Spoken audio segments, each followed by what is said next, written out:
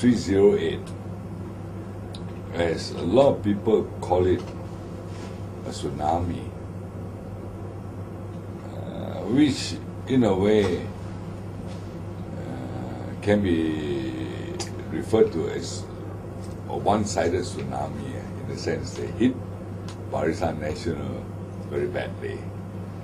But I would like to call it a breath of fresh air to the process of maturing politics in Malaysia.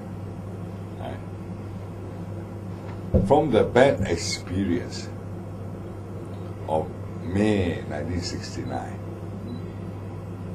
where a little change in government brought about racial riots, turned into political stability in spite of Barisan losing its two-third majority as well as government in 5 states. 5 states. So it's a fresh breath air in the sense that people are more mature.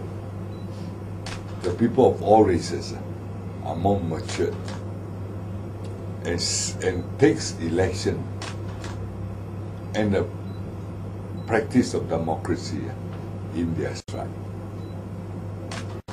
And they're willing to see whatever government of the day come to fall as a result of the election. Got it? Which to me is a breath of fresh air.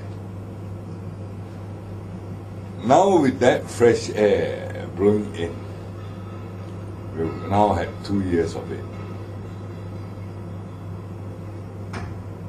The Barisan National, with the change of leadership,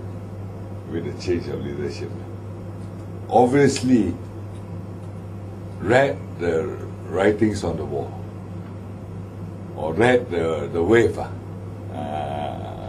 and through Najib has embarked on a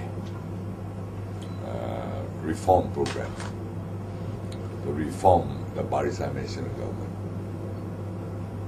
to change the government perspectives to be more inclusive of all races, right? But whether it can carry out or not will depend very much on the understanding and the willingness of their members of parliament and the party structure. Will very much the understanding and the willingness to carry out these reforms will depend very much on their member of parliament, that means the members of parliament of Barisan Nation, and their party structure to bring about this reform fulfillment, as initiated through the One Malaysia program of the Prime Minister. Many countries have shown that the number one may wish for something, but we will never carry out. It has to be seen to be believed, to be felt, to be believed and felt. That's on the Barisan National side. And that's why I've always said, not only would the party members have to be disciplined to follow the party's policies as enunciated by the Prime Minister, who is the head of the party, but the civil servants will have to carry the policy right to its spirit and not be blocked by any personal agenda of its own. And to do that, civil servants that failed should be sacked and not sidelined. Right? In order for this reform to work.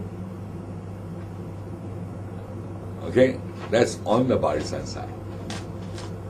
On the other hand, the Pakatan riot, with its newfound support from the multiracial multiracial people, and being new in government,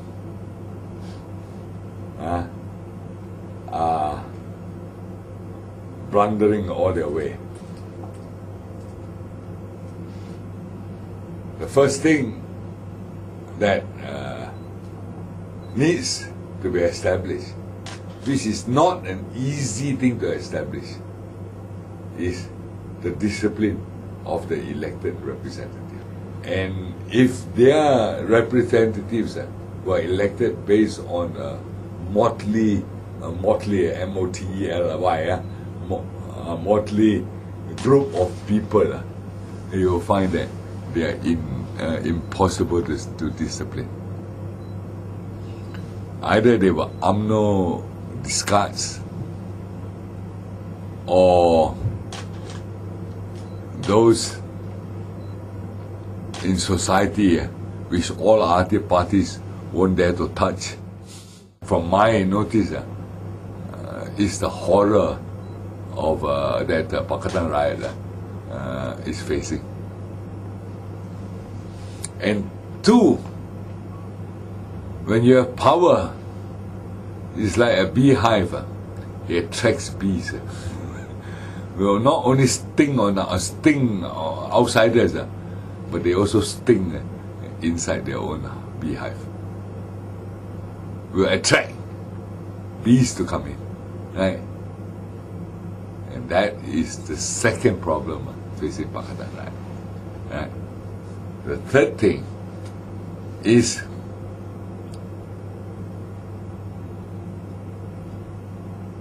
the administration of a government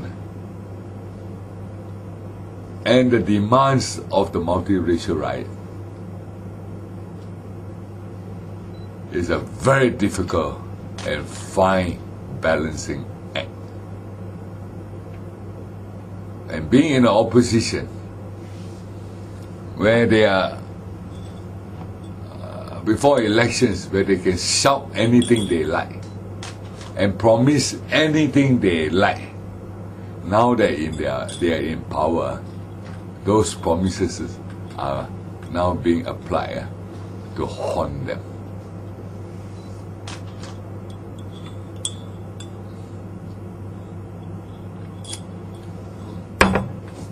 With these two scenarios being very blatantly and clearly presented, the people will have to go back to its drawing board to decide who they want to support in the next elections.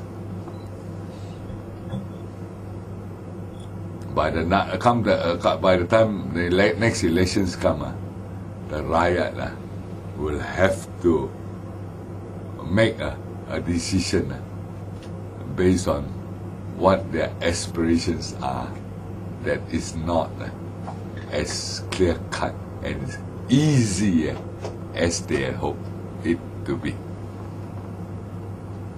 You may hate Barisan Nasional, but you may not get relief with Pakatan riot.